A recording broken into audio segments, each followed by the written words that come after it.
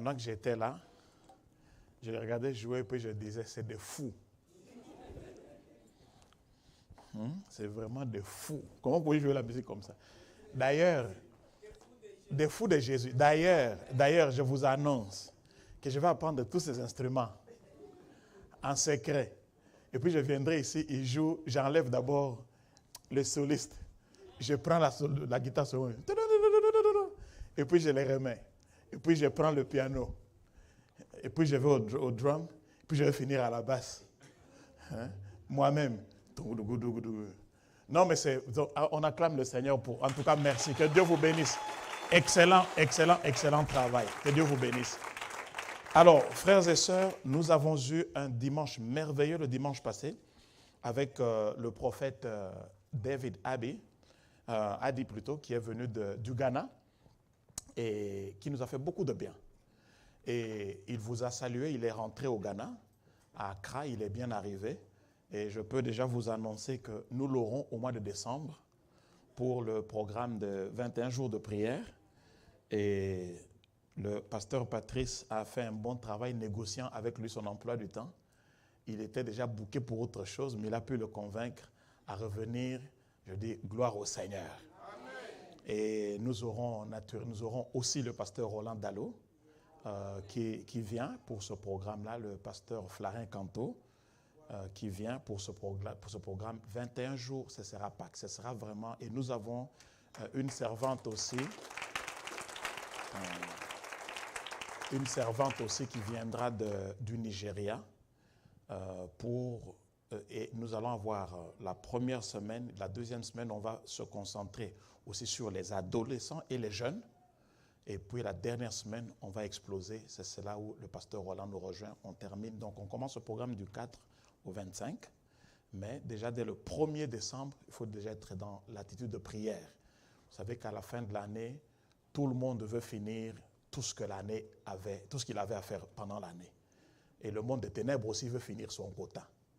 Et c'est comme ça que vous voyez vers la fin de l'année des accidents bizarres, des choses bizarres, parce que les démons aussi accélèrent. La Bible dit rachetez le temps car les jours sont mauvais. Et la même Bible dit tout ce que Satan fait, il le fait, enfin je paraphrase, il le fait vite, sachant qu'il lui reste très peu de temps. Donc lui, il travaille avec beaucoup plus de diligence. Et donc, à la fin de l'année, il y a beaucoup de choses, des gens qui ont fait des pactes, des sacrifices. Ils voudraient les honorer, mais ils ne vont pas les honorer avec nous. Nous allons faire opposition, on va faire échec, et on va se préparer à entrer en 2023 avec beaucoup d'assurance et pour un grand impact. Amen. Amen. On peut être civilisé comme on veut, le diable n'est jamais civilisé. La sorcellerie n'est jamais civilisée. Il y a la sorcellerie en Afrique, et il y a aussi la sorcellerie en Europe, en Occident, il y en a aussi. Vous comprenez? Donc, il y a des choses qu'on doit absolument faire. Donc, aujourd'hui, j'aimerais vous inviter à une lecture dans Luc chapitre 2. On va lire 10 versets. Luc chapitre 2, versets 42 à 52. Et nous commençons un nouveau trimestre. Et là, maintenant, nous avons fini le trimestre pendant lequel on était en train de parler de la maturité seulement. Maintenant, nous disons que l'héritier doit régner. L'héritier doit régner. Donc, dans ce dernier trimestre, nous allons amener l'héritier vers les sentiers de la victoire dans tous les domaines. Dieu dit, je souhaite que tu prospères à tous égards.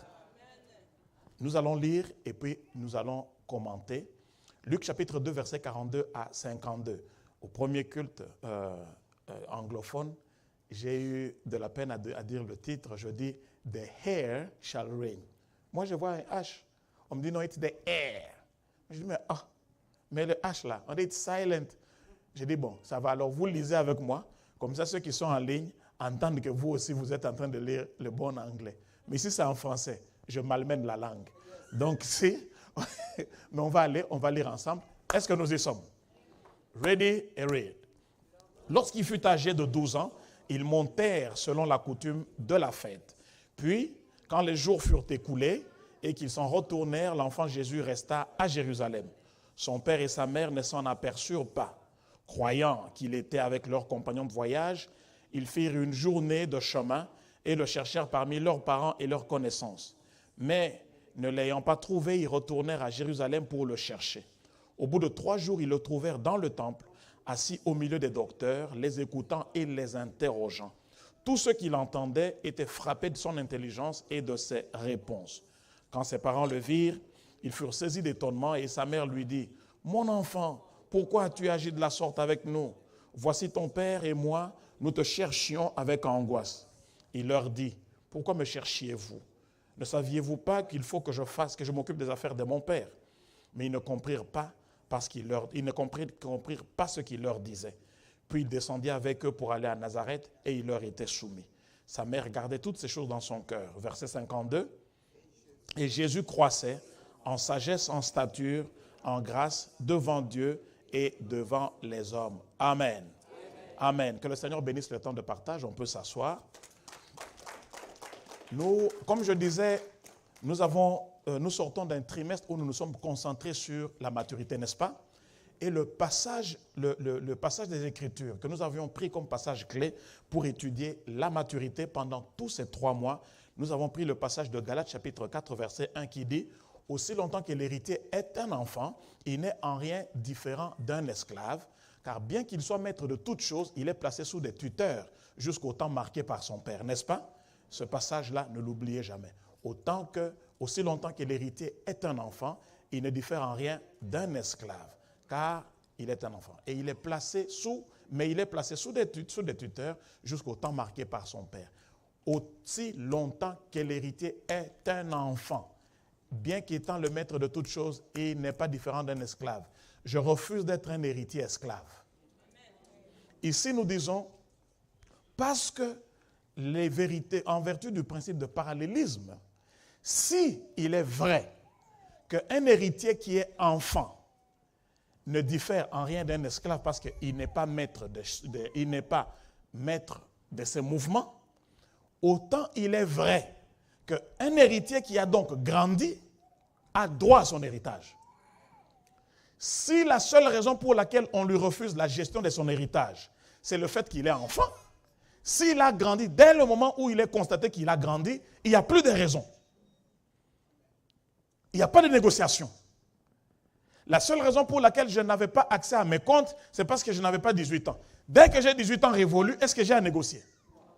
Donc, s'il est vrai que l'héritier qui n'a pas grandi est un enfant, et parce qu'il est enfant, on le place sous des tuteurs, il doit être aussi vrai que dès qu'il a grandi, on ne peut plus le placer sous des tuteurs, il peut maintenant gérer sa propre destinée.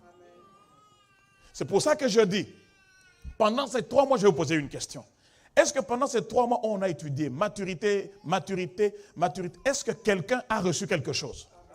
Est-ce que quelqu'un sent que des choses se sont ajoutées à lui? Est-ce que quelqu'un sent qu'il a grandi un peu? Donc, tu ne dois plus être sous des tuteurs. Tu ne dois plus être esclave. Tu dois maintenant réclamer ce qui est à toi. Maintenant, donc, c'est pour ça que je dis l'héritier doit régner. Il n'a plus besoin d'être sous des tuteurs. Maintenant, il doit régner. Et l'héritier, c'est qui? L'héritier, c'est toi. L'héritier, c'est moi. Nous sommes héritiers des promesses de Dieu. Christ nous a donné le droit à l'héritage. C'est ce qu'on appelle le testament. Le Nouveau Testament, c'est toutes les promesses de Dieu qui doivent s'accomplir pour nous. Et l'Ancien. L'Ancien Testament, tel que modifié, revu par le Nouveau, ou pas aboli, mais accompli par le Nouveau Testament, est notre héritage. C'est notre testament. Et il est écrit dans le livre des Hébreux que aussi longtemps, là où il y a un testament, il est important que la mort du testateur soit constatée. C'est pour cela que Jésus devait mourir. Et c'est pour cela que lorsqu'on lui a percé la côte, on devait venir constater qu'il est mort pour le descendre de la croix et aller l'enterrer. C'est pour cela qu'en nous laissant la Sainte Seine, Jésus ne dit pas en prenant la Sainte Seine, vous proclamerez ma résurrection. Il dit vous proclamerez ma mort jusqu'à ce que je revienne. Ça veut dire quoi? Nous rappelons au monde spirituel que celui qui est l'auteur de notre testament était bel et bien mort. Par conséquent, les dispositifs qui nous bénéficient de ce testament doivent être d'application. Il n'y a pas de négociation. Mais maintenant, le seul ombrage, on dit non, vous devez grandir. Nous avons dit ok, parce que la condition c'est grandir, nous allons exposer les enfants de Dieu aux enseignements de maturité. Et c'est ce qu'on a fait pendant tous les 3 mois. J'étais à Kinshasa, je regardais le pasteur Patrice, alors ministre Patrice, en train de décortiquer les 6 piliers de la doctrine chrétienne. tu n'as pas grandi avec ça, même le diable a démissionné. Il va aller dire à Dieu, non, non, non, ce n'est pas ma faute. Pasteur Patrick, moi-même, plusieurs personnes, pendant 3 mois, on a grandi un peu. Même pas totalement, mais un peu.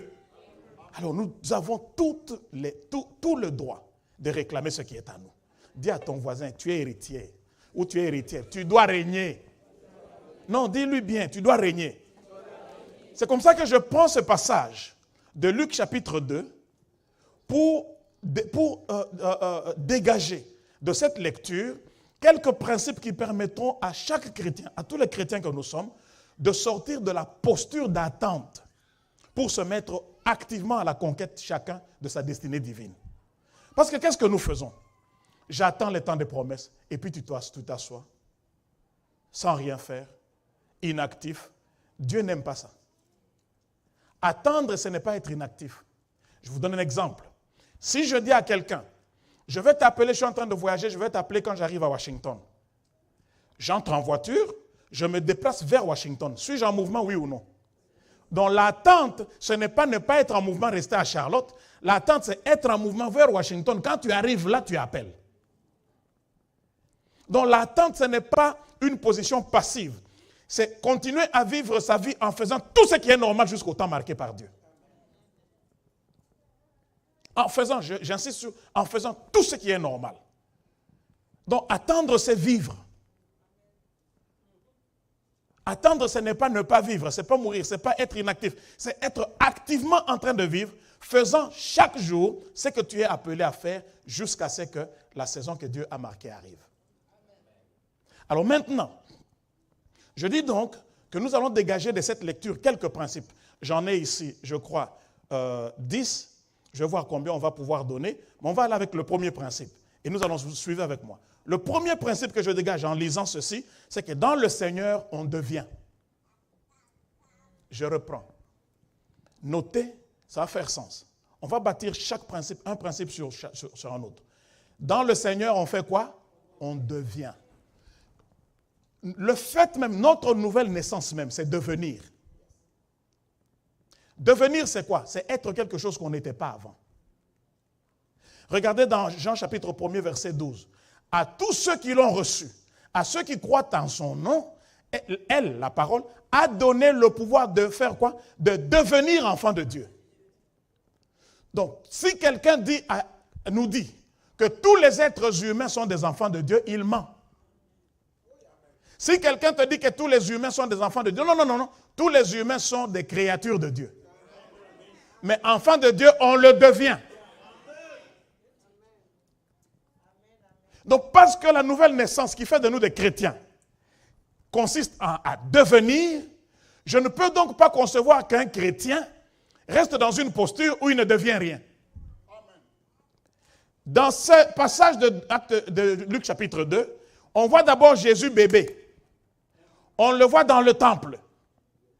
Et puis plus tard, ici dans le passage que nous lisons, on le retrouve à 12 ans.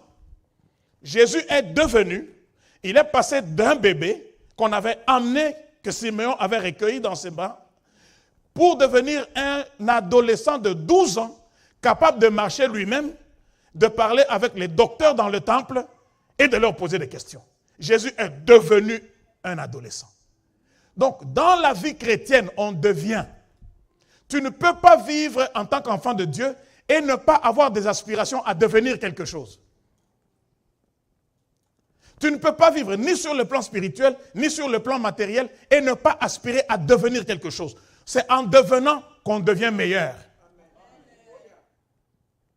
Il faut devenir meilleur. Il faut devenir un meilleur étudiant de la Bible. Il faut devenir un meilleur mari. Il faut devenir une meilleure femme. Il faut devenir un meilleur chrétien. Il faut devenir un meilleur homme d'affaires. Il faut devenir.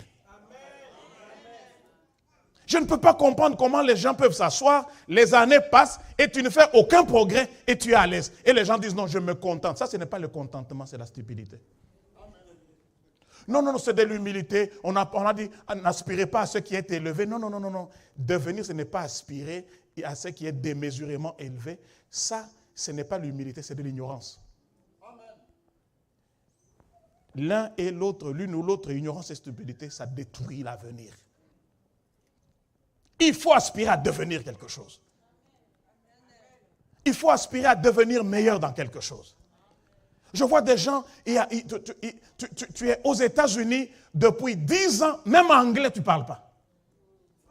Seulement no. Yeah, quand tu rentres au Congo, yeah.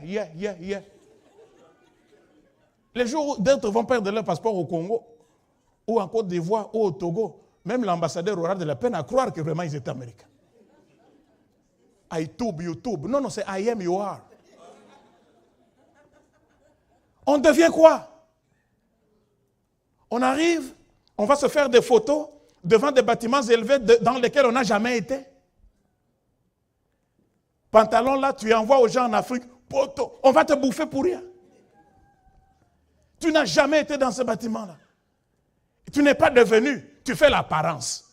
Il faut devenir quelque chose. Il faut faire du progrès dans la vie. 2020 doit être, on doit regarder et voir le progrès. 2020, j'étais ici, 21 ici, 22 ici. Dans le Seigneur, on devient. On arrête de devenir quand on meurt. Aussi longtemps qu'on n'est pas encore mort, il faut progresser. C'est spirituel de vouloir progresser. Jésus n'est pas resté statique. L'enfant doit grandir. Pour régner, il faut devenir. Ce n'est pas un slogan. L'héritier doit régner. Oui, mais comment tu vas y arriver? Maintenant, je suis en train de prendre ces principes pour nous démontrer comment la maturité nous amène à la domination. Premier principe donc, dans le Seigneur, on devient. Alors, j'ai une question à vous poser. Depuis ta conversion, tu es devenu quoi? Ou qui? Depuis que tu t'es converti, qu'est-ce que tu peux regarder puis tu dis non, je suis devenu ça. Deuxième principe, celui qui ne grandit pas n'a pas la vie. Regardez, Jean 10, le Seigneur Jésus dit ceci, le voleur ne vient que pour dérober, égorger et détruire. Mais moi je suis venu pour que mes brebis aient la vie et qu'ils aient la vie en abondance, ou qu'ils soient dans l'abondance, n'est-ce pas? Il dit, je suis venu afin que mes brebis aient quoi? Et dans 1 Jean chapitre 5 verset 12, le principe est encore beaucoup plus clair. Celui qui a le Fils a quoi? Et celui qui n'a pas le Fils n'a pas quoi? Or, nous savons de par la nature que tout ce qui est vivant grandit. N'est-ce pas? Tout ce qui est vivant grandit. Un bébé vivant va grandir, mais si le bébé meurt à 2 semaines, il n'aura pas grandi. Aussi longtemps qu'il y a la vie, on grandit. Un arbre qui est en vie grandit, pousse, n'est-ce pas? Mais comment se fait-il que toi tu es enfant de Dieu, tu es dans l'église depuis 5 ans, 10 ans, tu ne grandis pas? Tu ne grandis pas.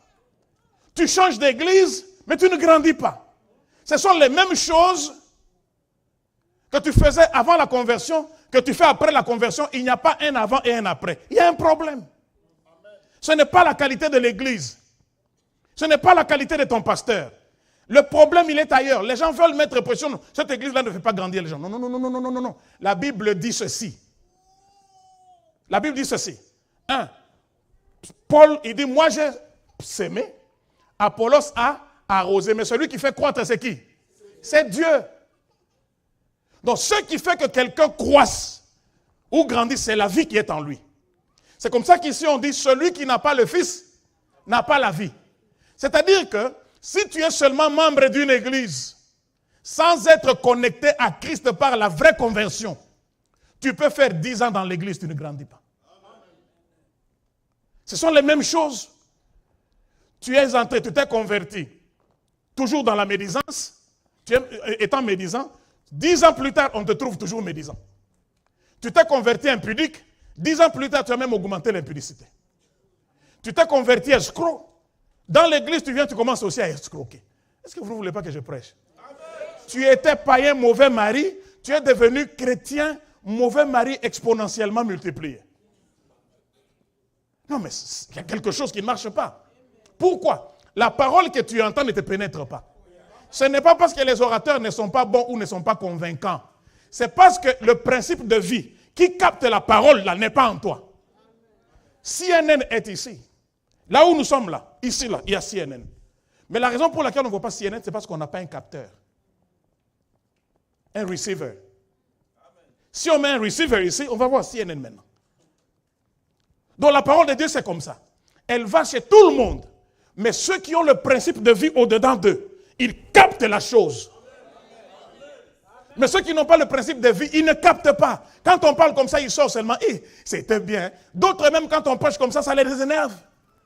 Oh, le prophète là était venu vraiment, il nous a prophétisé, notre pasteur vient nous condamner. Ce n'est pas la condamnation, c'est pour que tu règnes.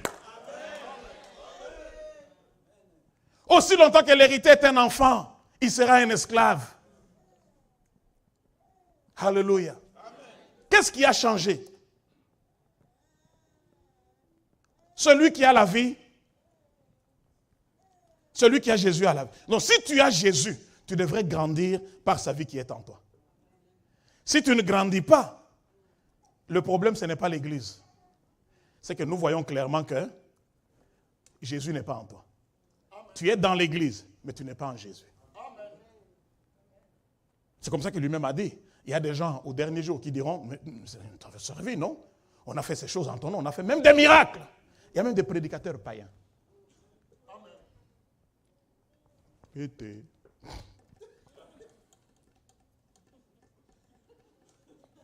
C'est seulement plus tard que vous vous rendez compte. On pensait qu'on était dans le même camp. Alléluia.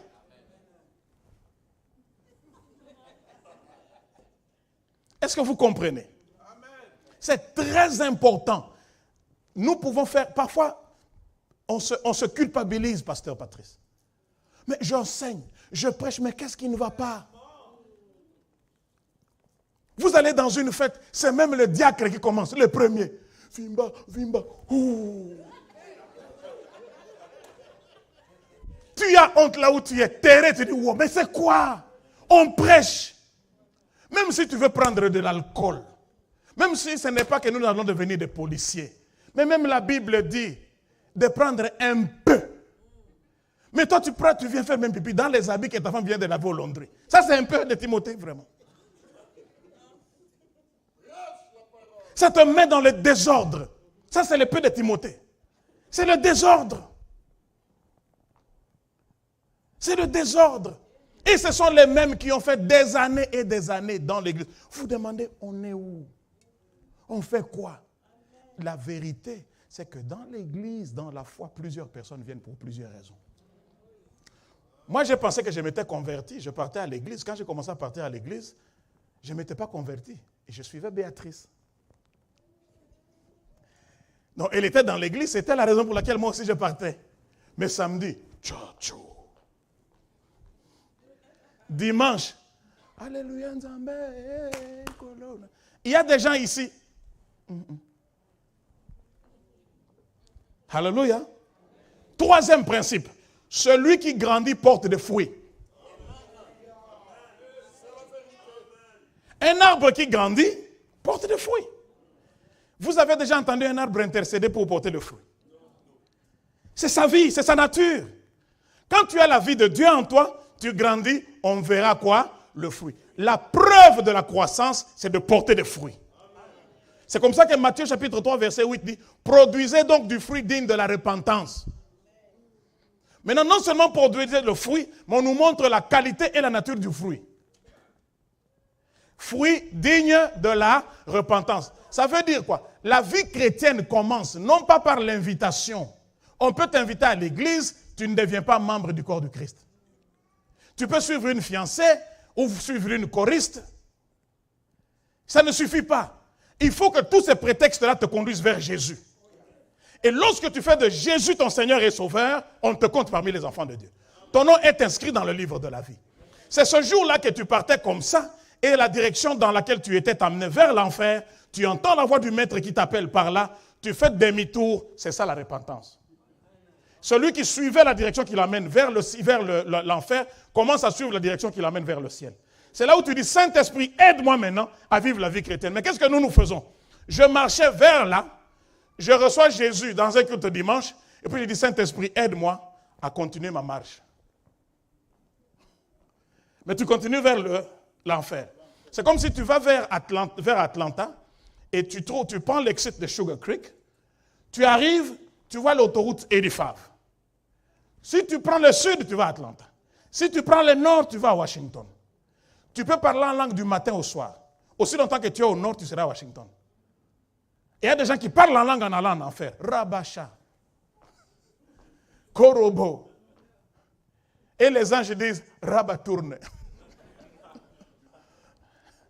Et c'est ça le travail que le Saint-Esprit fait. Il produit la repentance. Mais celui qui doit changer de direction, ce n'est pas Dieu, c'est toi. Celui qui doit sortir de l'exit avec sa voiture et rentrer vers le sud pour aller à Atlanta, c'est toi. Ce n'est pas les anges qui vont t'arracher le volant. Il dit alors, maintenant, lorsque tu as fait demi-tour, il faut maintenant porter un fruit qui soit digne du fait que tu as fait demi-tour. Par le fruit, on verra que celui-là a fait demi-tour. Alléluia. Regardez dans Romains chapitre 7, verset 4. Est-ce que ça va? Romains chapitre 7, verset 4, la Bible dit ceci. De même, mes frères, vous aussi qui avez été par le corps de Christ mis à mort en ce qui concerne la loi, pour que vous apparteniez à un autre, à celui qui est ressuscité des morts, c'est-à-dire Christ, afin que nous portions des fruits pour Dieu. Dites avec moi, des fruits pour Dieu. Ça veut dire que les fruits que nous portons, ce sont des fruits que Dieu doit être capable de consommer. Notre vie d'enfant de Dieu doit être caractérisée par des œuvres qui plaisent à Dieu. Il faut qu'on puisse voir ta page Instagram avant la conversion, elle est différente après la conversion. Les cuisses étaient dehors avant la conversion, les cuisses sont fermées pendant la conversion.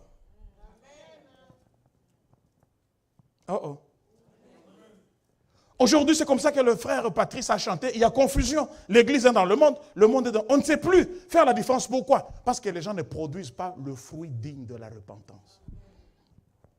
Tu devrais dire à Dieu, Seigneur, entre dans ma maison. Ouvre mon frigo. Bois tout ce qu'il y a là. Il ne faut pas lui dire, non, ne touche pas à cette bouteille. Seigneur, je ne peux pas te servir les Hanneken quand même. Hello? Est-ce que je parle mal? Vous me regardez bizarrement. Bon, comme c'est moi qui ai le micro, je prêche. Alléluia. Les fruits dignes de Dieu, les fruits pour Dieu. Les fruits que Dieu aime, que Dieu consomme. Alors maintenant, la question que moi je vous pose. Depuis que tu t'es converti, que tu fréquentes l'église, en quoi as-tu changé? Le problème, les gens disent, non, moi j'ai changé, hein, j'ai des fruits. Non, aucun arbre n'a jamais dit le nom de ses fruits. Tu as déjà entendu le manguier te dire, je produis des mangues. C'est nous qui voyons les mangues et on les identifie. Donc les fruits que tu produis là, c'est à nous de constater. Ce n'est pas subjectif. Oh non, moi je sais que j'ai changé. Si vous ne croyez pas, ça vous regarde, c'est dans mon cœur. Le fruit, ce n'est pas le cœur. Le cœur, c'est la conversion. Le fruit, ce sont les faits. Les actes, les faits évidents qui montrent que cette personne a changé. Pas la même personne qui critique, pas la même personne qui insulte, pas le même escroc. Les choses ont changé. Pas le même négligent. Ce n'est plus la même personne. Aujourd'hui, il y a un sérieux problème dans l'église. Un sérieux problème, pas dans notre église, dans l'église, dans le corps de Christ. Je plains les jeunes filles de cette époque. Parce que les jeunes frères, c'est comme s'ils ne savent plus ce qu'ils veulent. Le mariage de nos enfants, il faut qu'on prie beaucoup. Les jeunes garçons sont devenus des gros aventuriers.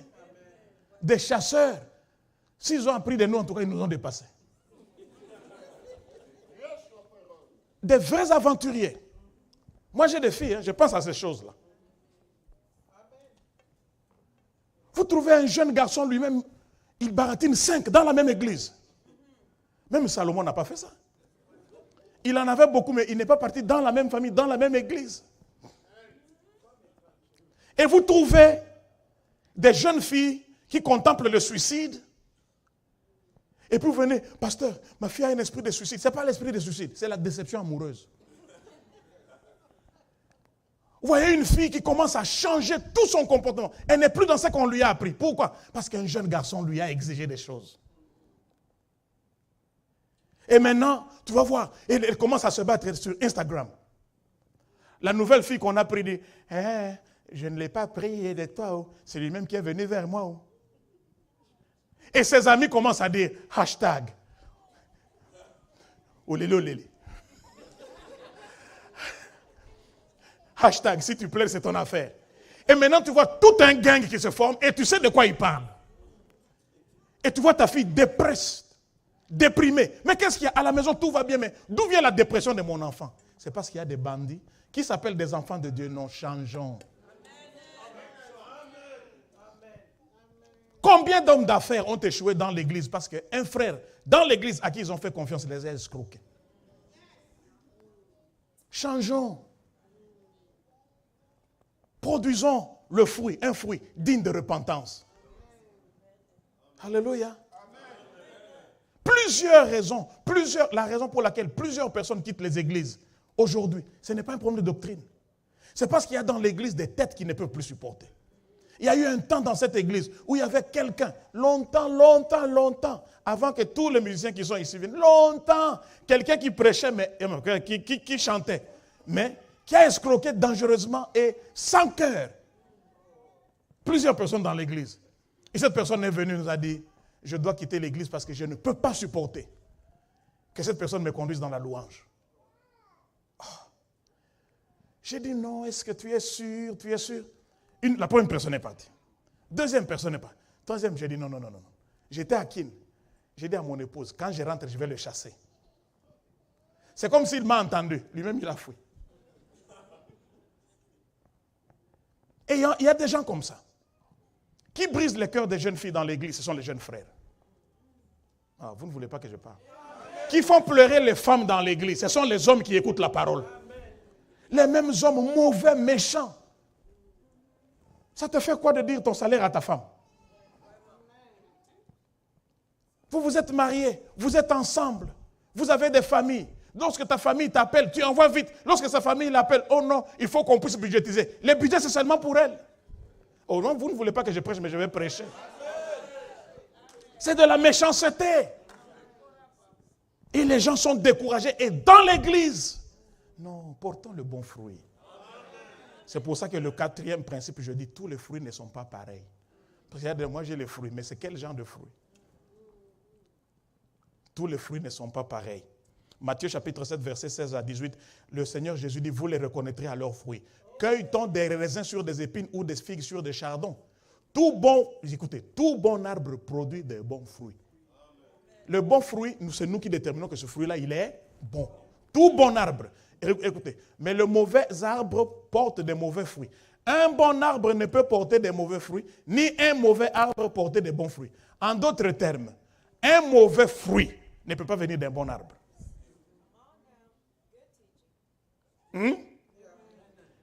Maintenant, frère, sœur, dis-moi, tes fruits que toi tu produis, sont-ils comestibles? Est-ce que nous pouvons les manger? Je veux simplifier. Je peux parler? Je peux parler? Je vais simplifier. Le fruit que toi tu produis, les œuvres, les actes que toi tu exhibes, est-ce qu'un témoignage de l'Église peut être bâti sur ça? Est-ce qu'on peut bâtir un témoignage sur base de ce que toi tu fais? Ça dit non, moi je critique. Hein? Venez, l'Église bâtie sur critiquons. Est-ce qu'on peut bâtir une Église sur ça? Mais alors, pourquoi tu produis ce fruit? C'est un mauvais fruit. Toi, tu es un bon arbre, produis le bon fruit. Il faut que ton fruit plaise à Dieu. Le fruit de l'amour.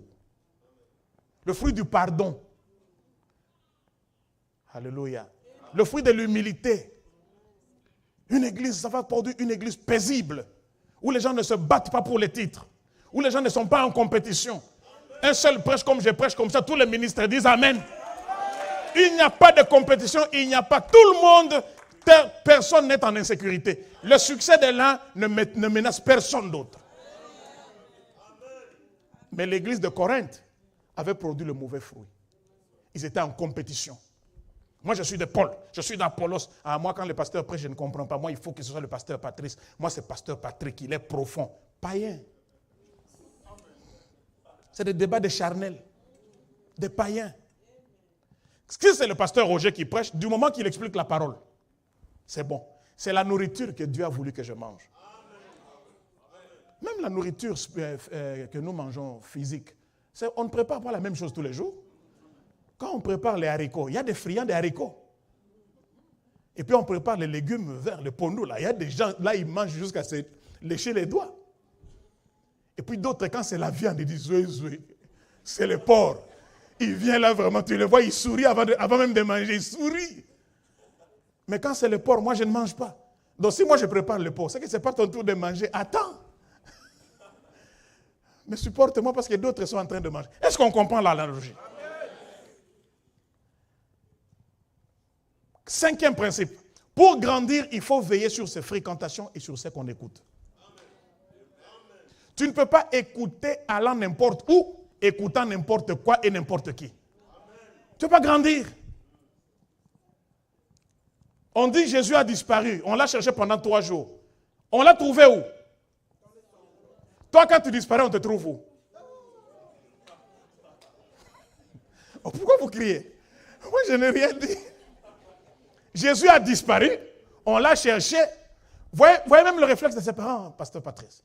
Ils ne l'ont même pas cherché au temple. Ils ont dit c'est un jeune. Sûrement, il est en train de jouer à la bille avec ses amis. Parce qu'ils ont fait 1 jour de marche, mais ils l'ont cherché au retour 3 jours. Donc 2 jours, ils le cherchaient ailleurs.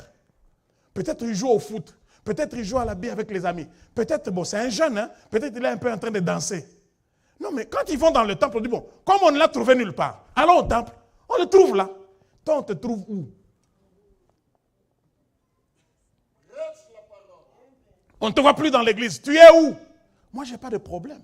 Si quelqu'un que je ne vois plus à l'église, on me dit qu'il est dans une église, il est en train de grandir dans la foi, je dis gloire à Dieu. Covid est venu. Tu as arrêté de venir à l'église. Tu pars où? Tu pars dans toutes les fêtes mondaines.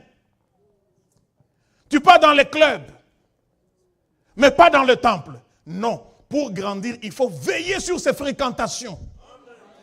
La Bible dit dans 1 Corinthiens 15, 33, ne vous y trompez pas. Les mauvaises compagnies corrompent les bonnes mœurs. Et le psaume 1, verset 1 à 3 dit, heureux l'homme qui ne marche pas selon le conseil des méchants, qui ne s'arrête pas sur la voie des moqueurs, des pécheurs, et qui ne s'assied pas en compagnie des moqueurs. Qu'est-ce que nous faisons? On fuit l'église, mais on est avec les païens. Il y a quelqu'un qui m'a appelé de l'Afrique tout à l'heure à 5 heures du matin. J'ai envie de me suicider. Je dis pourquoi? Commence à me parler pendant 1 heure. C'est pour ça que je suis arrivé en retard au premier culte anglophone. J'ai conseillé, prêché, enseigné. Pourquoi tu veux te tuer? Tu as une grande maison. Tu as une bonne position. C'est quoi? Non, rien ne marche pour moi. Rien ne marche. Je dis, qu'est-ce qui ne marche pas? Commence à parler. Je dis non. Le problème, c'est le discours que tu écoutes. Quand tu es dans l'église, il y a le secret de la communion fraternelle. Il y a la chaleur de la communion fraternelle. Quand tu es faible, les autres te fortifient. Mais quand tu es isolé, c'est comme ça que lorsque Jésus est venu, il est allé 40 jours, 40 nuits dans la prière pour commencer le ministère. Satan l'a cherché avant qu'il ne soit avec les disciples. Quand tu es seul, Satan t'attaque. Et voilà, quand tu es avec des gens qui ont la même pensée que toi, le fer aiguise le fer. Frères et sœurs, Jésus écoutait et interrogeait les docteurs. Toi, tu écoutes qui? Les chrétiens aujourd'hui ont beaucoup d'échecs. Pourquoi? Parce que même un simple conseil, on ne demande pas. Je respecte l'Internet. Mais attention, l'Internet, les choses qu'on voit dans l'Internet, ce sont les gens qui les mettent. Il y a même des gens qui commencent interprétation des rêves. Ça veut dire quoi? Voir un pigeon. Tout ça, vous allez trouver dans l'Internet. Mais pourquoi tu as des pasteurs dans l'église? Alléluia. On ne pose plus de questions. Jésus était en train de poser des questions. Frères et sœurs, un conseil peut te séparer du désastre. Tu es jeune marié. Tu vas vers quelqu'un qui n'est pas dans un bon mariage, il va te dire quoi par rapport à ton mariage? Oh, les femmes sont comme ça, il ne faut pas les suivre. Non, elles ne sont pas comme ça. Elles sont comme ça, oui, mais je dois la suivre. C'est ma femme. Je me souviens, je n'avais que 35 ans lorsqu'on voulait construire, lorsqu'on a commencé à construire ce bâtiment. Un vieux pasteur qui m'a prêché quand j'étais encore bébé chrétien est venu, il m'a vu. Il dit, pourquoi tu te fais des problèmes pour rien? Ne cherche pas à construire une grosse église. Le petit bâtiment là multiplie les cultes. Tu vas faire 4 cultes, 5 cultes, tu es fatigué, mais ça va te faire beaucoup d'argent. Tu vas payer 6 000 là-bas, mais ces 6 000 peuvent entrer dans ta poche. Et moi, j'étais en train de voir, je dis, oui, mais il a l'expérience, peut-être qu'il a raison. Mais j'ai regardé, je dis, non, moi je vais construire. Mais tu vas te mettre dans des problèmes. Je dis, je n'ai que 35 ans. Je peux encore jouer avec mon avenir. Je peux gaspiller 10 ans. À 45 ans, l'église ne va pas commencer à me payer un salaire. Aujourd'hui, j'ai quoi, 5 ans? Bon, j'ai une cinquantaine. Mais je ne regrette pas d'avoir fait ça. Alléluia. Amen. Mais lui, aujourd'hui, il me voit. Il me dit, ah, qu'est-ce que tu as compris que nous, on n'avait pas compris? Heureux celui qui ne marche pas selon le conseil des méchants. Un conseil te sépare de la réussite ou du désastre. Ce frère-là m'a énervé. Il a fait ça. A dit, toi aussi, parle-lui. Ou quelqu'un qui va te dire, non. Pourquoi le royaume d'Israël s'est divisé? C'est parce qu'un conseil de qualité a été ignoré par Absalom. Roboam. C'est le fils de Salomon. J'ai fait beau Salom, Absalom. Pas Roboam. Hello? Avançons. 6e. Quand on grandit, on sait parler aux gens. Je reprends. Quand on a grandi, on sait parler aux gens. On dit de Jésus qu'il parlait, il répondait, et les gens étaient fascinés par son intelligence et par ses réponses. Dites avec moi les réponses. Dites avec moi encore les réponses. Il faut entendre les réponses que les enfants de Dieu donnent quand on veut leur faire des corrections, des remarques. Non, mais ce que tu fais là, ce n'est pas bon. Tu es ma mère? Ou tu es mon père? Hé, qui paie un? Occupe-toi de tes oignons. Non, ce n'est pas comme ça qu'on grandit. Même quel que soit ton niveau, non, I know, je connais, moi je suis instruit, quel que soit ton niveau d'instruction, tu n'auras jamais, l'université ne te donnera jamais l'onction d'un pasteur. L'université ne te donnera jamais la sagesse de ton père, de ta mère.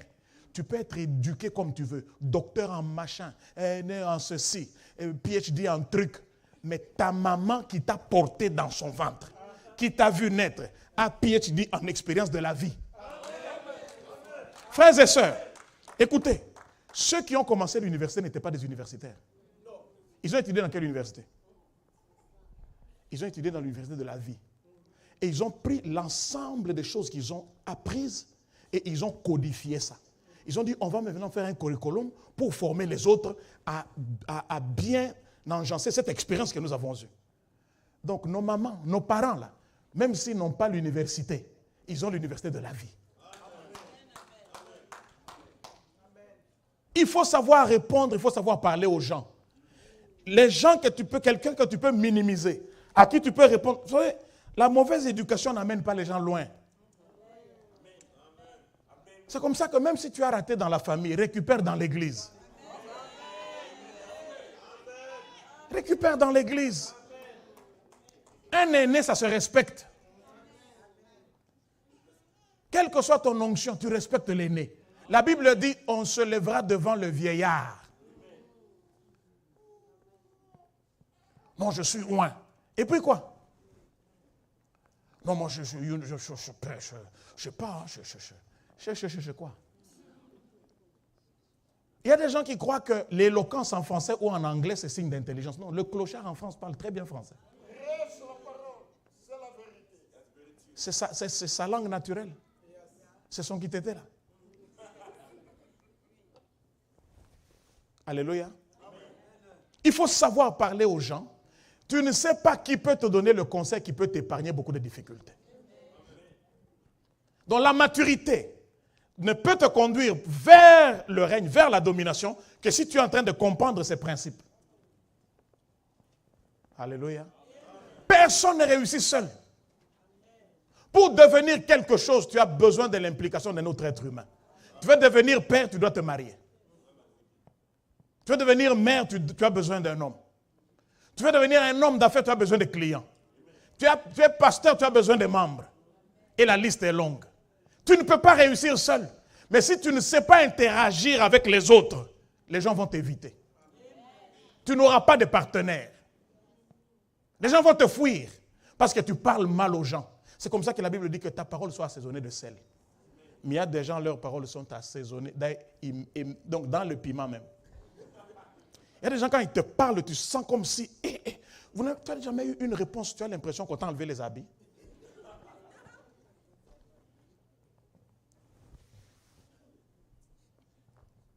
Septième principe, allons-y.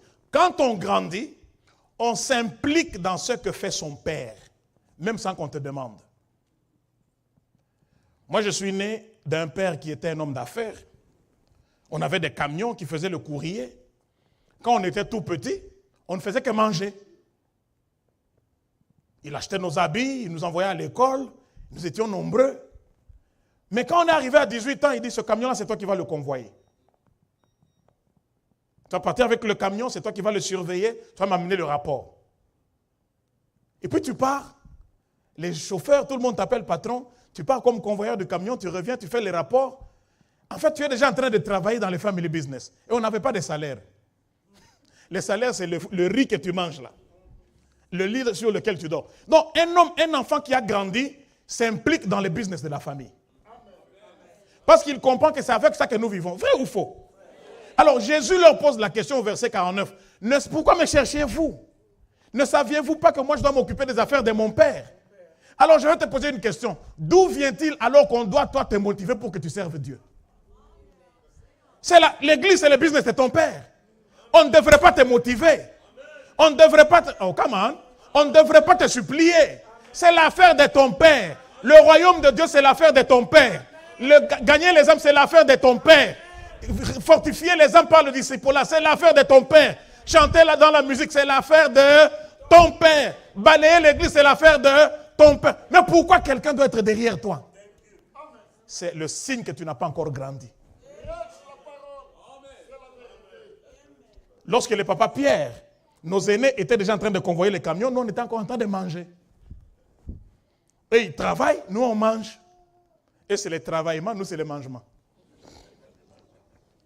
Et nous on ne comprenait pas, on voyait papa Pierre convoyer. Mais nous on ne comprenait pas. Quand nous on a commencé à faire, les dieux étaient en train de manger. Donc dans l'église là, il y a des gens qui servent et des gens qui sont là pour manger. Ils ne donnent même pas l'offrande, mais ils ne se posent même pas la question comment on paye les factures. Chez Monio, tu es assis sur une chaise qui a été achetée. Tu vois l'électricité. Tu aimes la musique. On a acheté les instruments. On paye l'électricité. On paye l'eau. Tu utilises même la toilette et les papiers. Et tu refuses de payer l'offrande et tu crois que tu es responsable. Non, tu es irresponsable. Paul, ils ont échoué sur l'île de Marthe. Les gens ont mis le feu pour les réchauffer parce que c'était en hiver. Paul dit non, je ne peux pas y être là, le feu. Je ne peux pas venir bénéficier d'un feu que je n'ai pas allumé. Je dois aussi chercher mon bois pour apporter ma contribution. Il est parti au risque de se faire mordre par un serpent. Et parce qu'il faisait une bonne cause, le serpent l'a mordu, mais il n'est pas mort. Ce que tu vas donner à Dieu ne va pas te détruire. Ça ne va pas te détruire. Je n'aime pas faire l'apologie des personnes. Mais de temps en temps, il faut prendre un témoignage qui édifie. Il y a des gens, quand tu vas dans leurs églises, je suis allé à Kinshasa, j'ai prêché à la parole du salut, Mimosa, où prie maman Fifi, la maman de Keren. J'ai été émerveillé par ce que cette femme fait dans l'église. Elle s'occupe de tous les pasteurs visiteurs. J'ai mangé, j'ai roulé. Une fois, j'allais prêcher malade, je vomissais dans la voiture. Mais à cause du sacrifice que j'avais vu qu'elle faisait pour l'église, j'ai dit, je vais vomir, mais je vais aller prêcher. J'ai prêché assis. Et quelle onction. À la fin, je me suis levé. Ce que Dieu nous donne, c'est pour le servir avec. Tu ne vas pas t'appauvrir en donnant à Dieu. Et tu ne vas pas t'enrichir en refusant à Dieu tes ressources. Personne ne s'est enrichi comme ça, mes frères et sœurs. Le fait que je serve Dieu à la prédication, à la musique ou à autre chose ne m'exempte pas de la dîme et de l'offrande. Je prêche, mais je paye mon offrande, je donne mon offrande et je paye ma dîme fidèlement. Quand je ne me lève pas, mon épouse se lève toujours. Je pars, j'ai des pasteurs auxquels je paye la dîme. Je suis arrivé au point où je paye le double de ma dîme. Alléluia. La guitare ne remplace pas la dîme. Le iPad de mon enseignement ne remplace pas l'offrande. Il faut s'intégrer. Il faut s'impliquer dans les affaires de ton Père. Il est temps que les gens matures bâtissent l'église. C'est l'église de Dieu. C'est l'église du Dieu vivant. C'est l'œuvre de Jésus. C'est à cause de ça qu'il est mort sur la croix. Venez, mettons-nous ensemble, aidons-le. Il ne nous demande pas le sacrifice de la mort. Il nous demande seulement de nous occuper de ça. Il dit non, maman, je vous comprends, vous me cherchiez. Mais pourquoi me cherchiez-vous? Un peu insolent quand même. Pourquoi me cherchiez-vous? Ne saviez-vous pas? C'est-à-dire, mais quand on était venu m'adorer là par les mages, toi tu n'avais pas entendu. Maintenant tu me cherches pourquoi? Il faut s'occuper des affaires de ton Père. Alléluia. Dans ton budget, prévois une rubrique pour Dieu.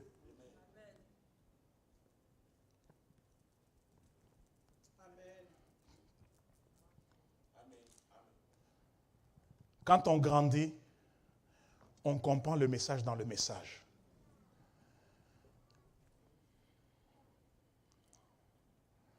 Au verset 50 de Luc chapitre 2, la Bible dit, ils ne comprirent pas ce qu'il leur disait. Plusieurs personnes sont dans l'église mais ils ne comprennent rien. Ils entendent des choses, mais ils ne comprennent pas. Le Seigneur Jésus disait, on dit, pourquoi tu leur parles en parabole? Il dit, c'est pour qu'ils ne comprennent pas. Pour qu'ayant des oreilles, ils entendent, mais ils ne comprennent rien. Plusieurs personnes sont dans cette phase dans l'église, c'est pour ça qu'ils ne grandissent pas. Ils ne comprennent rien. Vous enseignez sur la dîme, ils ne comprennent pas. Vous enseignez sur la sanctification, ils ne comprennent pas. Vous enseignez sur la prière, ils ne prient pas. Vous enseignez sur l'amour, ils ne visitent personne. Vous enseignez sur les âmes, ils ne gagnent aucune âme. Parfois vous les regardez, vous dites, mais finalement, il y a quoi avec ces gens? Pourquoi? C'est parce qu'ils ne comprennent pas. Vous savez, au moment où je parle là, maintenant même, il y a des gens qui se disent, c'est comme ce frère-là. Et c'est là le problème de l'église.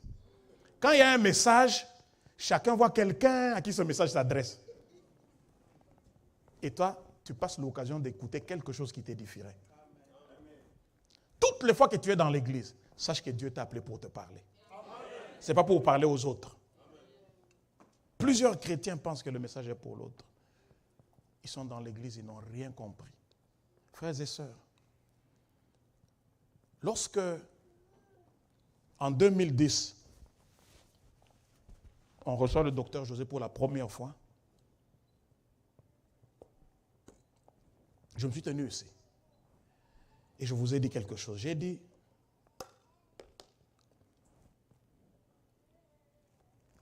je suis parti à la maison et j'avais un savings de $2000. Ces $2000 avaient l'effet pas de 20 000, mais de $200 000 pour moi. Et le Seigneur me dit, donne-les à mon serviteur. Je dis, quel serviteur? Il dit, non, celui-là que tu as reçu. Je dis, non, mais attends, c'est le pasteur assistant du pasteur Dominique, qui est mon collègue. Moi, je vais aller lui donner l'offrande. Ça, c'est quel principe? On dit, c'est sans contredire le supérieur qui bénit l'inférieur, Seigneur. Qu'est-ce qu'il y a? Il dit, non, suis ce que je te dis. Ce n'est pas une question de bénir. C'est une question de donne. C'est la semence, obéis. Je dis à mon épouse, tu vois les 2000 qu'on a en money order là, voici ce que je viens d'entendre. Elle dit, c'est bizarre parce que je voulais te dire la même chose. Mais j'ai hésité parce que je me suis dit, tu vas dire que moi je suis toujours comme ça. Je dis, ça va, on donne. On lui a donné. C'était le premier voyage. Il était tout petit là, et je le vois, je dis, et puis il est parti. Mais la douleur que j'avais sentie, c'est pour ça que tous ceux qui ont répondu à l'appel que le prophète David a lancé le dimanche passé, là, je peux vous garantir une chose. Dieu ne vous oubliera pas. Dieu n'oublie jamais l'offrande. Vous vous êtes privé. Si tu as pris, tu n'as pas encore honoré, vas-y. J'ai eu une conversation avec Dieu la veille. Jeudi, j'avais le rapport avec maman Sarah et on parlait des finances de l'église. Les finances de l'église, depuis un temps, ça ne va pas. On vous cachait, on ne voulait pas vous en parler, frère Priva est là. Depuis un temps, ça ne va pas. Depuis le temps de Covid, là. D'abord, les charges ont augmenté. On paye beaucoup plus de personnel. Mais qu'est-ce qui se passe? Ce qui s'est passé depuis ce temps, c'est que par la grâce de Dieu, il y avait un peu d'argent que le Seigneur m'avait donné, que j'avais disponibilisé pour l'église. Je leur ai dit, gardez ça. Et on a payé les salaires, et on a fait. Je ne veux pas dire le montant, mais c'est au-delà de 50 000. J'ai dit, ça c'est mon offrande. Et c'est épuisé. Et depuis que c'est épuisé, on n'arrive plus là où on devait être. Et ils m'ont dit, je leur ai dit, mais bon, je vois moi-même que depuis un temps, ça ne va pas. Je dis, mais je ne suis plus confortable de continuer à faire ça, parce que ça, c'est créer la tombe de l'église. Moi-même, lorsque un Américain voulait payer cette église pour nous, Dieu l'a interdit, Dieu lui a dit, leur bénédiction est là. Pourquoi moi-même, maintenant, je peux venir faire la même chose où je donne pour que les gens ne donnent pas? Enfin, les gens donnent, mais, c'est-à-dire d'autres se cachent dans... Je dis non, je ne suis plus à l'aise avec ça. Non pas que je ne veux pas, mais ça c'est la voie de la bénédiction. Je ne peux pas la refuser à ceux que j'aime. Mais je disais, comment je vais faire? Je dis, bon, on va voir. Pour l'instant, on va laisser comme ça. Et cet homme, je n'ai pas parlé avec lui. J'ai un principe. Tu viens prêcher pour la première fois dans notre église ici, tu ne fais pas l'appel de fonds. Je leur donne toujours le communiqué dans le bureau là. Fais tout ce que tu fais, ne fais pas l'appel de fonds. Il se fait que ce jour-là, je viens, j'entre, j'oublie. Et quand je suis assis là, au premier culte, il fait l'appel de fonds, je dis, hey, j'étais en train de chercher comment l'arrêter. Et le Seigneur me rappelle, il dit, non, me dit, non. J'ai entendu votre conversation de jeudi, et hier, tu sais ce que je t'ai dit, qu'on doit briser ce cycle.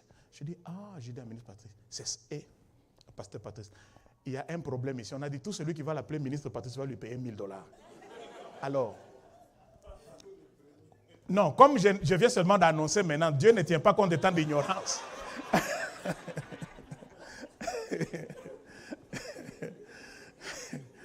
Donc, à partir de maintenant, commencez à compter.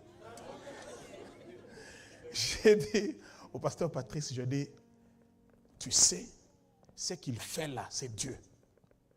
Parce qu'on était un peu gênés, on doit avouer. Je lui ai dit non, supportons ça dans la prière. Je me suis agenouillé là, j'ai dit, Seigneur, ça c'est un programme que tu as avec ton peuple. Qu'il le fasse, fais-le avec lui. Après le premier culte, je suis allé avec lui au bureau. J'ai dit, bon, tu sais, il y a des serviteurs qui viennent et puis ils font les appels de fonds et puis ils disent, donnez-moi la moitié. Il dit, non, daddy, moi ne me donnez rien. Moi, ce n'est pas pour ça. C'est la nuit que Dieu m'a dit que je dois faire ça. I don't know why. Je n'avais même pas ça avec moi. C'est cette nuit. Je voulais même vous demander. Je dis, c'est Dieu qui a voulu qu'il ne me demande pas. J'ai lui dit non. Mais quand je suis parti, quand je me suis mis dans la prière, le Seigneur m'a donné une vision claire. Que toutes les promesses que je vous ai données, vous entrez dans une nouvelle saison. Et dans une saison, ce que Dieu fait avec la tête caractérise la tête, le corps.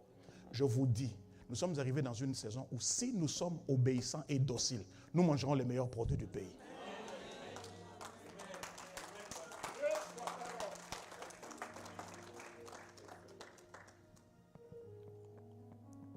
L'héritier doit régner. C'est ça notre saison. On doit régner. On a pendant longtemps suivi les contours des mêmes choses. Prenons courageusement la résolution d'aller de l'avant. Paye ta dîme. Donne ton offrande. Tu ne veux pas t'appauvrir. Quand j'ai rencontré, quand j'ai pensé à la première fois que j'ai rencontré le docteur José, un jour on est à Kinshasa dans une circonstance, et je dis à mon épouse, regarde les 2000. Je regarde les 2000. Oh, maintenant quand j'ai 2000, j'ai l'impression que je n'ai rien. Mais là c'était 200 000. La valeur.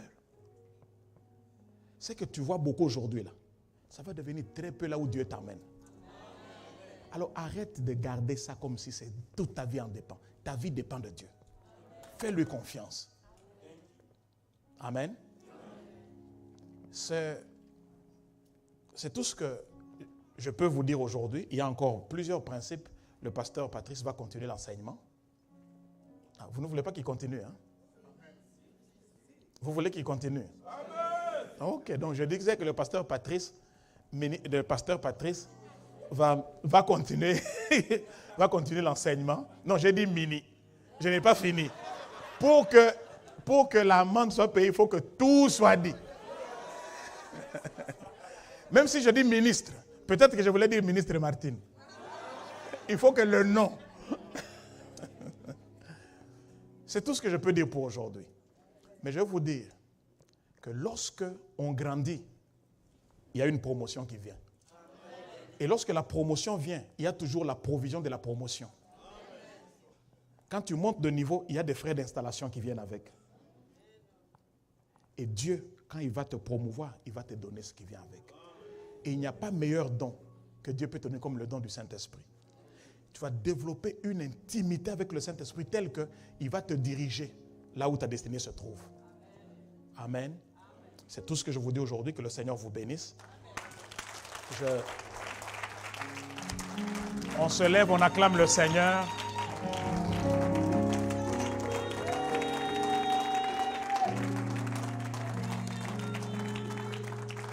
Alors, je voudrais... Maître, je peux avoir le laser là. Je voudrais partager avec vous une petite information avant qu'on prie et qu'on se sépare. Enfin, pas une information. En fait, nous avons présenté des ministres et vous avez senti vous-même que notre Église est dans une autre dimension. Vrai ou faux? Vous sentez ça, n'est-ce pas? On sent, il y a... Et non. Ces gens vont nous amener loin. Moi, j'ai fait 28 ans ici. J'ai donné et je continuerai à donner jusqu'à un moment où je serai en train de servir le Seigneur. Mais on a toujours besoin d'une nouvelle énergie.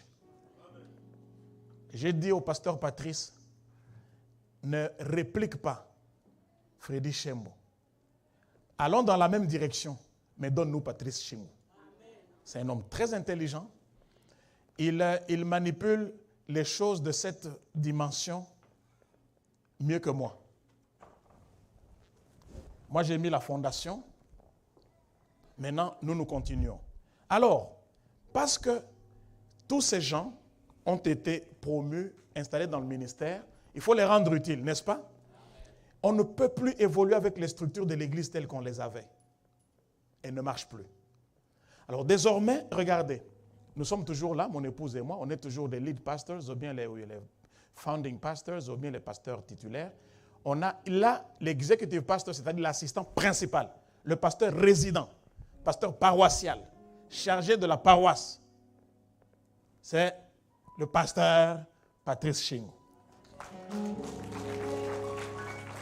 Maintenant, nous avons le pasteur Roger qui nous a rejoint de Kinshasa et qui s'est impliqué dans le système et qui a suivi tout notre programme de formation que je vous déclare aujourd'hui à part entière un pasteur à Mont-Carmel. Donc le pasteur Roger donc est associate pastor, pasteur associé de l'église. Vous le verrez chez les hommes, chez les femmes, tenant des séminaires. C'est un pasteur associé de notre église. Vous avez le pasteur Patrick Mandé qui est mon assistant personnel, c'est-à-dire mon DIRCAB. OK? Lui, il est chargé de m'organiser moi, à mon niveau là. Vous avez ministre Yedidia, qui est l'assistant ou le DIRCAB du pasteur Patrice. Lui aussi, il a son DIRCAB. Et son assistant personnel. Vous avez la sœur Grace Kachabala, qui désormais est la coordinatrice de tout le programme de formation de volontaires. L'Église doit canaliser les volontaires pour que les volontaires puissent faire un bon travail. Maintenant, le pasteur Patrice se met sur deux pieds. Le premier pied, c'est ce qu'on appelait le deuxième culte francophone. Et le deuxième, c'est ce qu'on appelait le premier culte anglophone. Mais désormais, ces deux ne sont plus des cultes, c'est devenu des ministères à part entière. C'est-à-dire que chaque ministère a maintenant ses travailleurs pour que chaque ministère se développe. Et le ministère anglophone est en route, en voie pour devenir une église. Ce sera peut-être notre première extension. Ou alors si l'église anglophone se développe plus vite, devient plus grande, l'église francophone deviendra une extension. À vous de travailler. Hein? Donc, maintenant, à ce niveau, donc, nous avons deux executive ministers. Un en charge des anglophones, l'autre en charge des francophones. Pour les anglophones, nous avons donc ministre Fali, assisté de ministre Joe Shembo Shosola. Et puis, pour les francophones, ce qui nous intéresse, nous sommes maintenant pris en charge par ministre Martine, assisté par ministre Prince. Maintenant, nous avons les support ministries et l'administration. Les support ministries, ce sont les services qui traversent les deux églises. Musique, protocole, ainsi de suite. Et là, nous avons la sœur Sarah Shembo, la boule de neige, qui coordonnera tous ces services-là. Et son mari dirige l'équipe du parking, donc son mari, à l'église, va rendre compte. Et puis, toute l'administration. Nous avons l'administration, sous l'administration, on a le secrétariat, on a le bureau de l'église, on a les finances de l'église, on a l'intendance de l'église, on a le transport, on a toutes ces choses-là. Donc, c'est sous le frère Privazé. Voilà.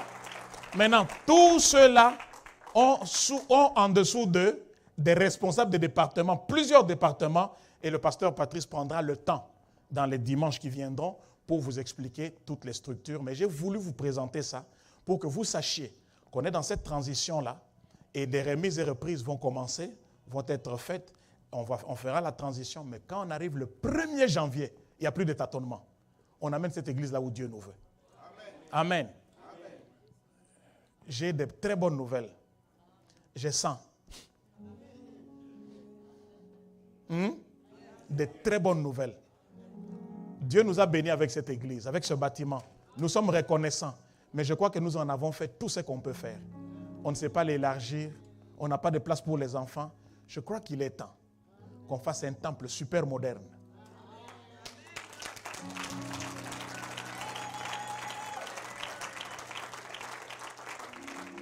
Il fait beau être à Mont-Carmel, mais bientôt, il fera plus beau d'être à Mont-Carmel. Bientôt, il fera beaucoup plus beau. Et Dieu, pour faire ça, passera par vous. Ne soyez pas surpris que de nouveaux hommes d'affaires se lèvent au milieu de nous. Que ceux qui étaient en train de patauger se retrouvent en train d'avoir des contrats qu'ils n'attendaient pas. Parce que c'est ça l'onction dans laquelle nous sommes maintenant. Ne soyez pas surpris. Et les hommes, les femmes qui sont dans les affaires, vous trouvez une information, connectez les autres, évoluez en réseau. C'est un réseau que vous allez réussir. Il y a beaucoup de bonnes choses devant nous. Levons nos mains, prions le Seigneur. Est-ce qu'on peut élever nos voix d'abord tous ensemble pour dire merci et dire au Seigneur, merci pour le temps de la domination qui arrive parce que j'ai grandi. Merci pour cet héritage que tu m'as établi. Élevons notre voix, prions le Seigneur.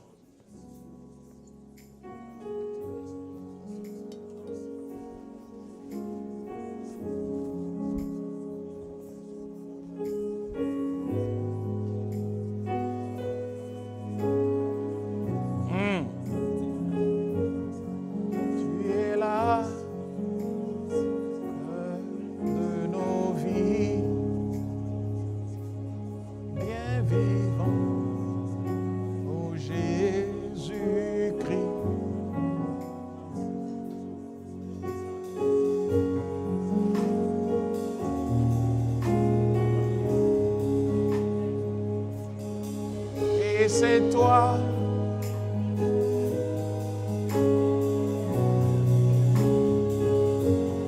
Tu es là.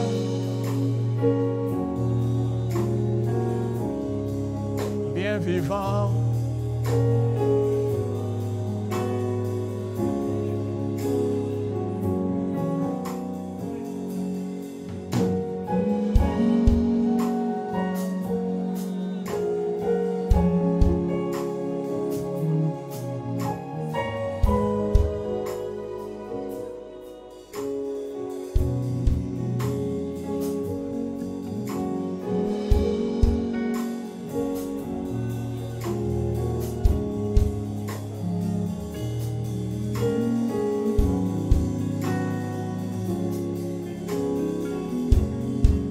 Peuple de Dieu, à celui qui seul peut nous préserver de la chute, à Dieu, le Père de notre seul Seigneur et Sauveur Jésus-Christ, soit honneur, gloire, puissance, majesté aujourd'hui et pour les siècles des siècles. Que l'amour de Dieu notre Père, la grâce de Jésus-Christ notre seul Seigneur et Sauveur, ainsi que la douce et parfaite communion du Saint-Esprit vous soit accordée et multipliée. Allez pour une semaine de paix. Allez pour une semaine bénie. Allez pour une semaine de grands accomplissements. Que le Seigneur vous précède dans votre marche et qu'il vous sécurise par derrière. Que Dieu soit votre appui. Marchez sans vous lasser. Courez sans vous fatiguer. Que l'Éternel vous regarde du haut de son trône et vous accorde sa paix. C'est dans le nom puissant et glorieux de Jésus-Christ, notre seul Seigneur et Sauveur, que nous vous avons ainsi bénis, et l'Assemblée des saints dit très fort, Amen. Amen. Amen. Nous accueillons le pasteur Patrice.